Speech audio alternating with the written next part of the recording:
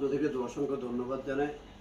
আমরা গত 2 দিন থেকে বিএনপির কেন্দ্রীয় কার্যালয়, বিএনপির সংরক্ষিত নারী আসনের সম্ভাব্য প্রার্থীদের আমরা যে আনাগোনা বা তাদের যে উৎসবমুখর পরিবেশ দেখছি, সেটা আসলে একটা বৃহৎ রাজনৈতিক দলে বা সর্ববৃহৎ রাজনৈতিক জনপ্রিয় রাজনৈতিক দলে এটাই একটা উৎসবমুখর পরিবেশ।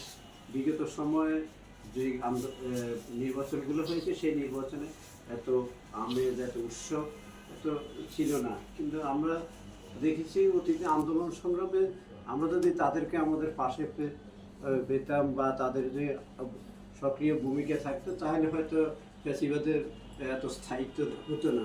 আরও আগে শেখ হাসিনার পতন হয়েছে। তারপরে আমরা তাদেরকে অভিনন্দন, ধন্যবাদ জানাই। নবীন প্রবীণ বা যারা ত্যাগ, এখন আমরা দেখেছি পল্টন ময়দানে গত 2 দিন থেকে সব ত্যাগই হয়ে গেছে।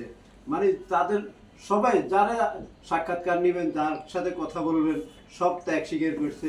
এখন আপনি রাজনীতিতে দেখা গেছে 5ই আগস্টের পরে আসলে আপনি ত্যাগী হয়ে গেছেন, ত্যাগী বনে গেছেন।